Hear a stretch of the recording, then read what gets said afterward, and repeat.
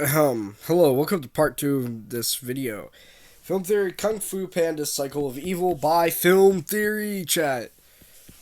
Now this is technically part 2 because last time my video decided to cut out, and that's why I just do not like reacting to things on YouTube. Guys, take notes. There is a reason that a lot of the time I will download the videos on MP4 and then end up reacting to them inside of my gallery or running them through my video system. Because I physically cannot keep reacting to videos that just keep crashing on me over and over. That's why I don't react to them on YouTube. Anyways, we're going to finish this where we left off. I'm not going to just completely scrap the video, so I'm still going to upload part 1, and this is going to be part 2, just to get it out of the way. Let's get right through this. I really do like this video. Honestly. Like, I genuinely had to just go take, like, a 20-minute break after recording part 1. Because after it crashed, I actually wanted to trip out. I was either going to just completely scrap the video as a whole. Like, just say, you know what? I'm not going to record a part 2. But no, I decided, you know what? I'll just download the video. And I'll react to the rest of it like that. Because I'm not going to continue. I mean, this is why I don't react to stuff on YouTube. Directly on YouTube. I still give a shout out to the creators that made it. But YouTube, I cannot continue to deal with this crap. It's not even my recorder either, because it works on every other app besides YouTube. And I'll tell you this, I'm on call with somebody, YouTube doesn't want to work. Only if I'm sharing my screen though. If I'm on call, it's like whatever I do on YouTube does not want to work. Anyways, Film Theory, Kung Fu Panda Cycle of Evil. Raising him as a son, Tai Lung looked to Shifu for approval like a father. Yep. I did to make you proud.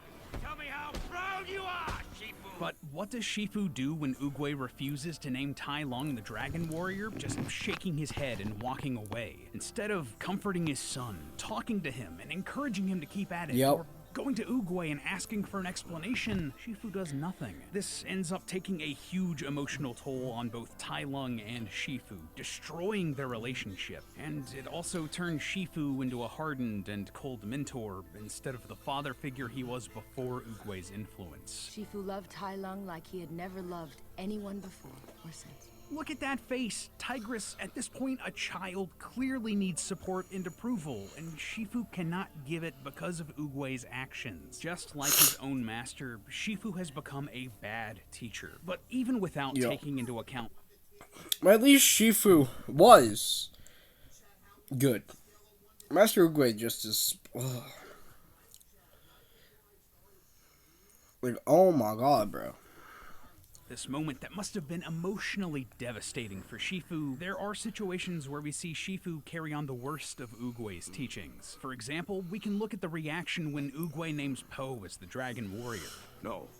If the panda has not quit by morning, then I will have failed you. You don't belong in the Jade Palace. You're a disgrace to Kung Fu, and if you have any respect for who we are, you will be gone by morning. Respecting the choice, Shifu and the rest are rude to Po. They intimidate him and try to get him to give up his dream of being a Kung Fu master to leave the Jade Palace. They are gatekeeping Kung Fu, just like Oogway did with characters like Dao Dai. What's more, they continue Oogway's questionable tactics on how to deal with students that they deem to be headed down a dark path. In that episode introducing Fong Wang, who was the most powerful of the Furious Five, the rest of the characters start treating Po strangely. They worry that he's grown too powerful and will quote-unquote turn evil, just like Fong Wang did. And you know how Oogway made that perfectly sized owl-shaped cage for Fong Wang? Well, the Furious Five were doing the exact same thing for Po, creating a panda-shaped prison for him should he turn evil instead of, you know, communicating with him. But the biggest tragedy here... I know, bro. They never actually communicate. They never even communicate with him. It's stupid. Po isn't free from the horrible influence of Oogway and his teachings. In the Legends of Awesomeness, Po meets Tai Lung's nephew Peng, who is incredibly talented at Kung Fu. Po and Shifu decide that he should train at the Jade Palace, but after Po sees the extent of skill, he gets jealous, to the point that he tells Peng that he must leave. He lies to Peng, explaining that he's not making the cut. Now, where have I heard that story before? Po did exactly the same thing to Peng that Oogway did to Tai Lung, telling a student that they weren't good enough communicating, and the results turned violent. And it doesn't stop there either. In another episode, three pigs ask Po to teach them some secret kung fu moves, but Po turns them down and smugly says, "That's why they're called secret moves? They're secret?" As a result, the pigs kidnap Shifu and force him to teach them kung fu instead, all to get revenge on Po. Just like Oogway and Shifu before him, Po is gatekeeping kung fu here and making an enemy out of someone he doesn't need to. And then later, in the series pause... Bro, I'll never look at Po the same now. Or Kung Fu Panda, dude. You just ruined it for me. Lee, come on, bro. Come on, Lee. Ugh. Okay. Of destiny. Four young pandas want to learn kung fu, but Po initially refuses to teach them because... You haven't seen these kids. They're hopeless. Po, buddy, come here. Do you remember where you started? And also keep in mind that this series is set after Kung Fu Panda 3, which is all about learning that anyone can be a good fighter as long as they embrace what they're good at. Ironic, since Po seems to be more like Oogway than his own person here. The apple hasn't fallen far from the tree, or I guess it would be a peach in this case. The point is, Po hasn't learned the ways of peace from Master Oogway or Shifu or the Furious Five. He's learned to be selfish, arrogant, and ensure that he's better than everyone else. At every turn, from his lies about the Dragon Warrior to his poor and cryptic style of teaching to even how his students carry on his legacy, Master Oogway did more harm than good for the world of Kung Fu Panda. And honestly, his teachings don't even live up to the core theming of the franchise. In a series all about embracing the best parts of yourself, Oogway is all too eager to find the worst traits in others, the darkness in their heart. Yeah, he completely goes against his whole... Yo! He really does just completely go against everything. Yo, this... Bro! Master Oogway is a hypocrite, chat.